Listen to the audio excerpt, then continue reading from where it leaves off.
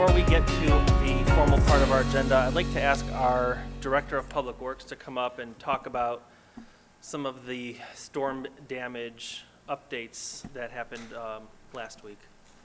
Mr. Ryan? As you know, the city suffered significant storm damage. We're not quite sure at this point if we did have. Can you speak into the mic, please? Sorry.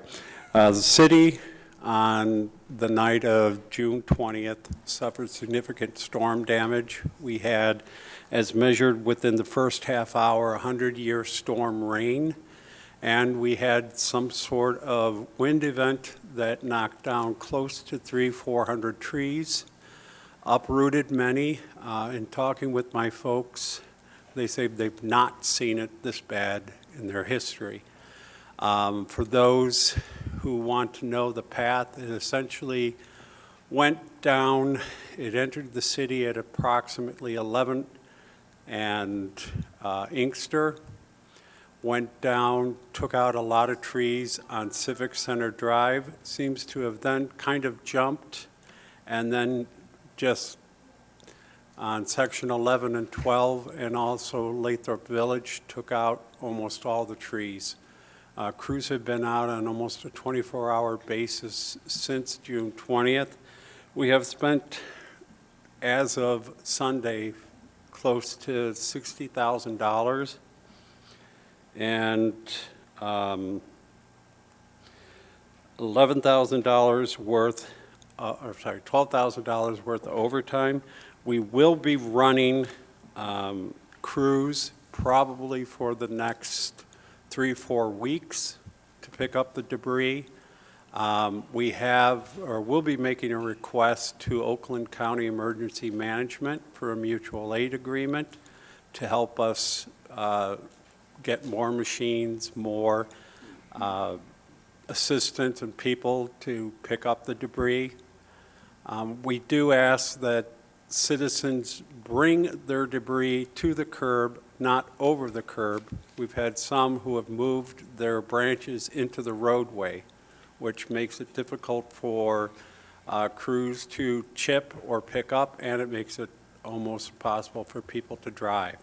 We did have some flooding. A lot of the flooding we had was because the leaves were covering the inlets. So if you have a situation where your road is covered with water, please do not take the inlet covers off. Please, if possible, just rake it as you would if it was a snow-covered way. For the most part, the citizens have been fantastic. All of our lift stations were able to maintain, though they were babysat for 24 hours. I can tell you how bad it was that even the fire department lost their backup generator. So power now, my understanding, Mr.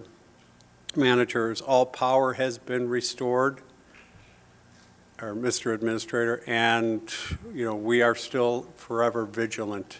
And we thank everybody for their concern. Also, I wanted to bring up, there has been some concerns regarding the termination of the contract with GFL and their switch over on Friday to priority waste. So some of you may have been experiencing bad service or no service at all. That's expected to end starting next week. So there is no plan at this time to do a community-wide garbage collection because we're using most of the space we would use for garbage collection for the branches. So that's all I have for you folks. Mr. Mayor? Regarding the GFL, this is their last week. I would urge all residents to hold recycling and yard waste.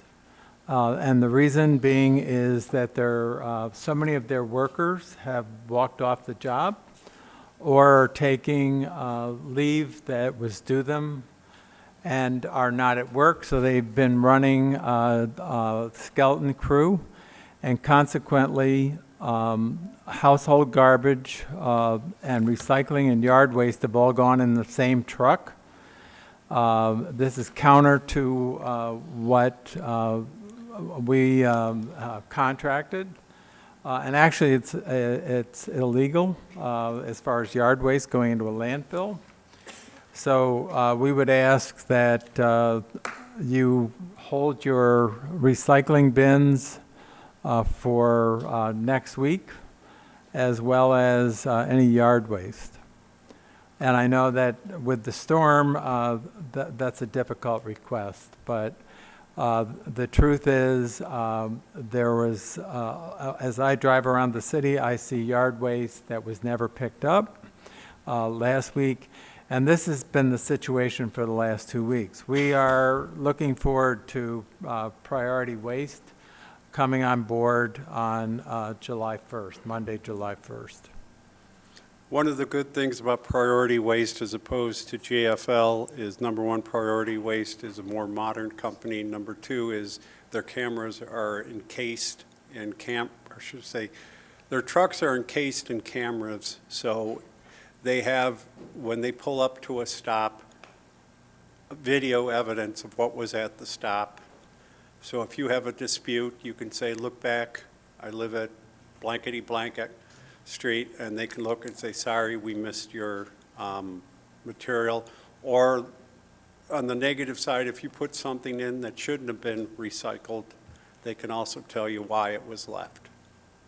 So the good thing is they were a bidder. Last time we bid out, the GFL won, and they were significantly higher than GFL. But since they bought out GFL, they are committed to the price that GFL quoted. So we're getting a higher quality company for a lower cost. So. Okay, thank you very much. I'd like to ask our building director, Mr. Chuck Woodward, to also address the council and the audience as well.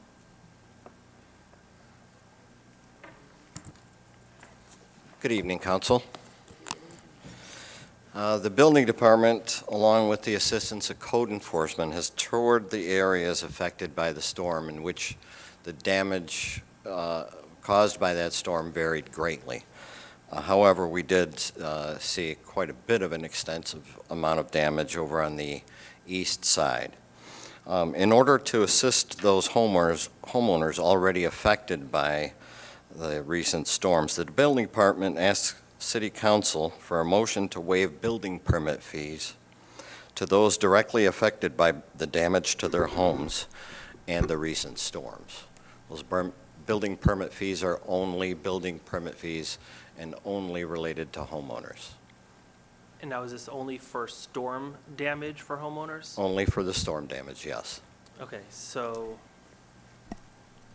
council, we would ask for a motion that would allow the building department to waive building permit fees only for residential homeowners who suffered storm damage and need to repair their homes. This does not mean that, this means that they still have to have an application fee, they still have to provide building plans and go through inspections and pay the inspection fees, but we will waive the building permit fees. So moved. Support. Any further questions or discussion? So we have a motion by Councilman Hicks, supported by Councilwoman Hoag, to approve the waiver of building permit fees for homes that were, for residential homes that were, residential customers or residential homeowners that were impacted by the storm damage. Is there a time frame on this, or is it until time runs out, until there's no more permits? The building department asked for a period of 30 days. so that they can assess the damage and/or have insurance companies respond. Is 30 days enough, or do we need 60 days? I'd like to 90? keep it limited to 30 with the option, if we could.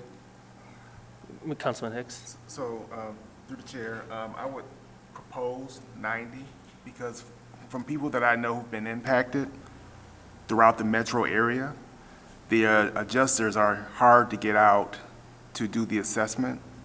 So 30 days may be tight. Very well, I can agree with that.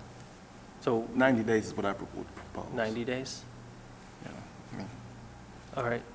So, Also, you have insurance claims that yes, right. can take a long time. Okay, so the motion, do we need to amend the motion to add a time frame? Yes. I respectfully amend to account for the 90-day time duration. Support. Okay, so we have a motion.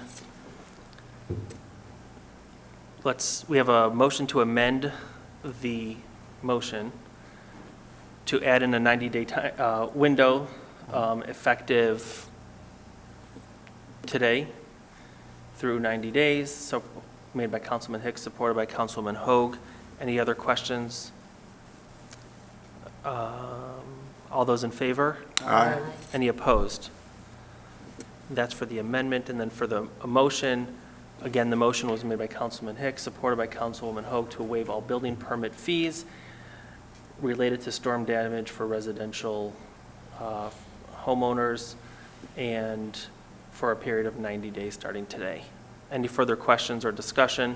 All those in favor? Aye. Any opposed? Motion carries.